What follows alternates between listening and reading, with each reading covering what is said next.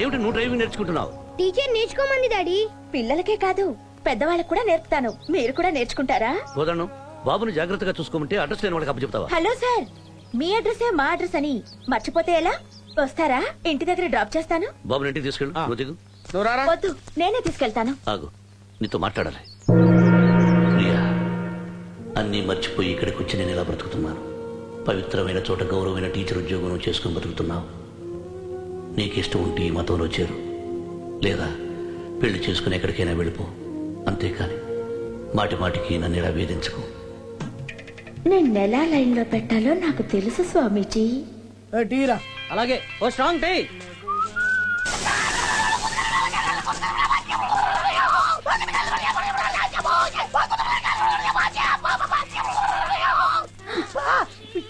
ఏంటి గోపి?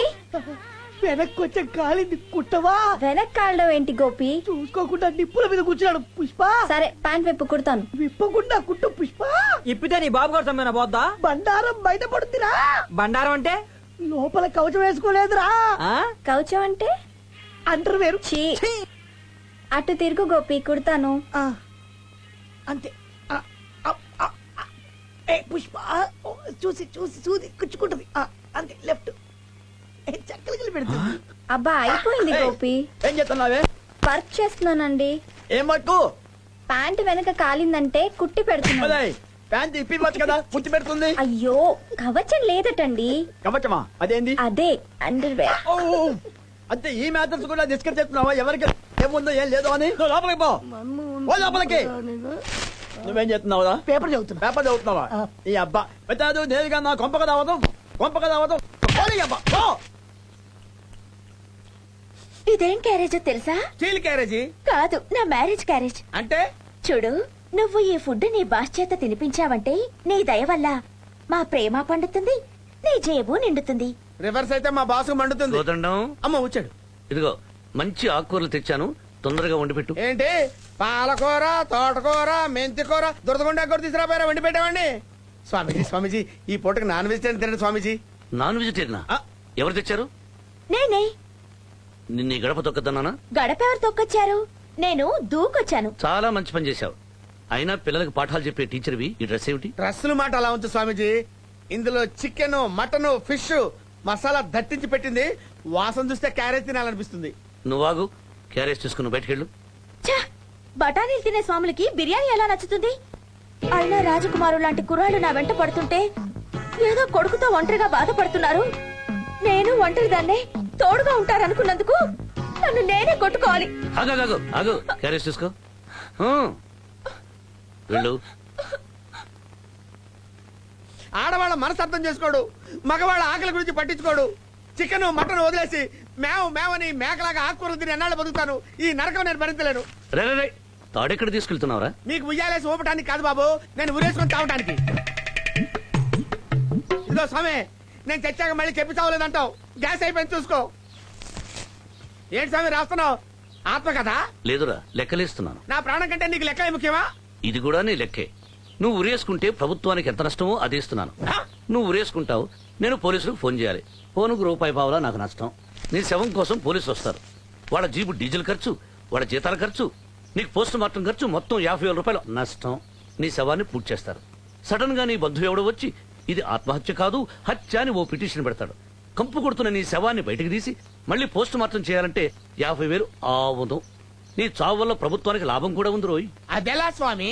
నువ్వు ఆరోగ్యంగా ఉన్నావు కాబట్టి నీ కళ్ళకి 50,000, కిడ్నీలకు 1,00,000, మొత్తం 1,50,000 వస్తుంది. నేను స్నానం చేసి వస్తాను. టెన్షన్ పడకుండా తాడు తేకుండా ఊరేసుకొని చావు.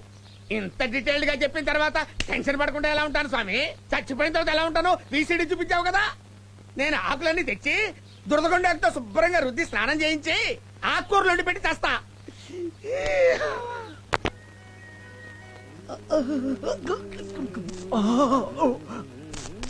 వచ్చే ఏం చేయి? నన్ను రోడ్డు పైన వాడి మీద నేనెక్కడ పడుకున్నాను? ఆ, గుండె ఊడిపోతే కుట్టి కొరుకుతుంది. అట్లాగే వాడి గొంతు కూడా కొరికి పారే పీడ వదిలిపోతుంది. పుష్ప పుష్ప ఒక్కసారి నా కొలతలు కూడా తీసేసుకుంటావా? ఏంటి కొలతలు తీసుకునేదండి వెనక రాదు. కోదన్నాం దొరికాడు. అప్పులో తరుగుతుంటే ఆపుతారంటే నేను కూడా అప్పులోనయ్యా. నా అప్పు మొత్తం తీర్చు. గంటకు 2 రూపాయలు, రోజుకి 24 గంటలు, 10 డేస్, 450 రూపాయలు కట్టి కదలు. ఈడు పేరు 20 బాకీ పెట్టు, అది కూడా కట్టు. అమ్మో అమ్మో అమ్మో, నా దైనమో దొబ్బించారు. కోదన్నాం, నా దైనమో ఏది? ఈ విషయం నీకు తెలీదా? ఉడిపి హోటల్కి 50 రూపాయలు ఇవ్వాలి కదా. నేను ఎందుకు ఇవ్వాలి? నువ్వు కదా నేను ఇవ్వాలి కదా. నువ్వు ఇవ్వాల్సి ఉంటే నీ దగ్గరికి నేను వస్తున్నా. ఆ. ఆపాడు సైకిల్. ఆపాదు. 50 రూపాయలు ఇస్తావా డైనమో తీసుకోమంటావు అన్నాడు.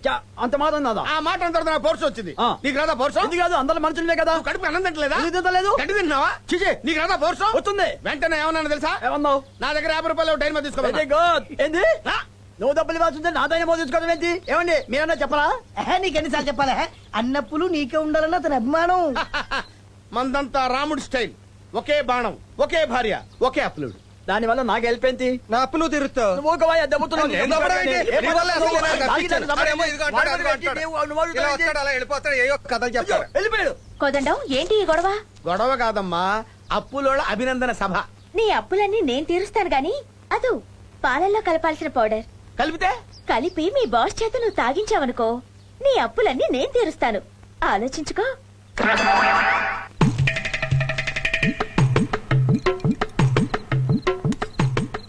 స్వామి తీసుకోండి.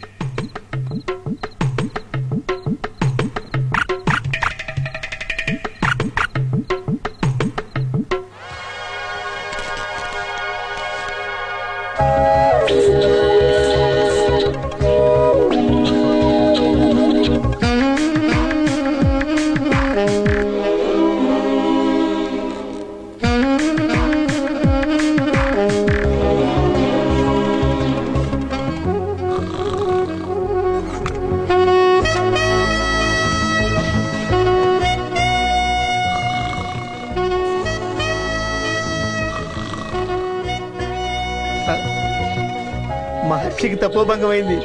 ఇంకా ఈ రాత్రికి జింగిడే జింగిడి.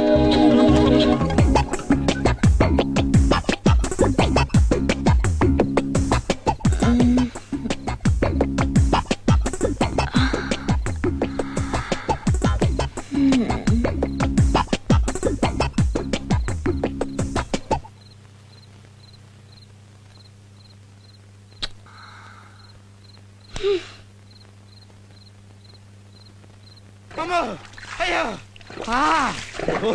కోదండం, ఆ, ఈ టైంలో స్నానం ఏంటి? ఏం చెప్పమంటావమ్మా? నేను ఇచ్చిన పాల గ్లాసులు మారిపోయినాయి. లోపల నుంచి కోరికలు పన్నుకొచ్చేస్తున్నాయి. ఇప్పుడు ఏం చేయాలో తెలియటం లేదు. నువ్వు ఎదురుగా నిలబడకమ్మా. నేనేం చేస్తానో నాకే తెలియదు. అమ్మో, చూడాలా బుద్ధదేవరా బాగుంటది. కంపు మెదలారా, కుళ్ళు మెదలారా, ఎక్కడికి రా? దేవుణ్ణి చూడాలా, బుద్ధదేవుని మొక్కడానికి వచ్చాం. ఒక్కటానికి వచ్చారా? ఏదైనా దొరికితే నొక్కడానికి వచ్చారా? పాడు మాట్లాడితే కళ్ళు పోతాయి. దేవుణ్ణి చూడాలా ఎల్ని బాబు. మీరు గుళ్ళోకి రాకూడదురా. ఎందుకు రాకూడదు? మేము మాత్రం దేవుడు పెట్టడం కాదే. మీరు దేవుడి బిడ్డలు ఎలా అవుతారా? మీరు పక్షుల్ని చంపుతారా? పౌరాలని, కుందేళ్ళని, ఉడతల్ని పట్టుకొని చంపుతారా? మీరు లోపలికి వస్తే దేవుడు అపవిత్రం అయిపోతాడు రా. ఇదేంటి జిల్లగంటారా?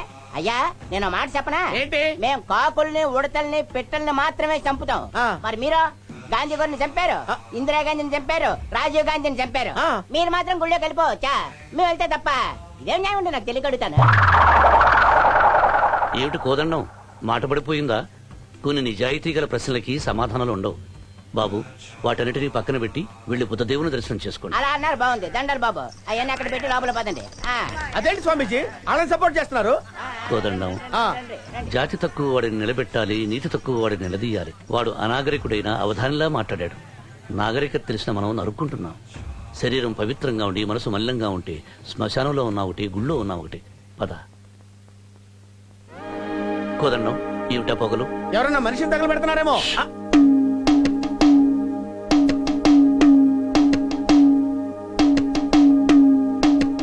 ఆ, స్వామి, ఏమిటి నాయనా? తమరు సాధువులు కదా, సన్యాసం పుచ్చుకున్నా కూడా గంజాయి పీకుతున్నారే, తప్పు కదూ? తప్పు కాదు నాయన. భగవంతుడు పంచభూతాల్ని సృష్టించాడు. అలాగే జామ చెట్టు, వేప చెట్టు, బత్తాయి చెట్టు, నిమ్మకాయ చెట్టుతో పాటు గంజాయి మొక్కను కూడా సృష్టించి పొగ పీల్చి ఆనందించమన్నాడు. అంటే గంజాయి గంగాధరుడి ప్రసాదమా స్వామి? అవును నాయన. నేను గంజాయి తాగుతూ ఇక్కడి నుంచే శివుడితో మాట్లాడతాను. ఈ గంజాయి నీకు పరమేశ్వరుడికి ఇంటర్నెట్ కనెక్షన్ లాంటిదా? బాగా చెప్పావు బాబు. మీకు ఇంకో విషయం తెలుసా స్వామి? ఏమిటి నాయనా? పరమేశ్వరుడు గంజాయి మొక్కతో పాటు జామ చెట్టు, వేప చెట్టు, కొబ్బరి చెట్టు, మామిడి చెట్టు, గన్నేరు చెట్టును కూడా సృష్టించాడు. మీరు ఒక్కసారి గన్నేరు పప్పు తింటే ఇంటర్నెట్ లో ఈశ్వరుడితో మాట్లాడవే కాదు, డైరెక్ట్ గా కైలాసానికి వెళ్లి పార్వతిని పక్కకు నెట్టి ఈశ్వరుడితో ఇంటర్వ్యూ చేయొచ్చు. శిష్య, వెంటనే గన్నేరు పప్పు పట్రా. నమ పార్వతీ పతయ హర హర మహాదేవ శంభో శంకర. ఇద్దరు స్వాములు అవుట్.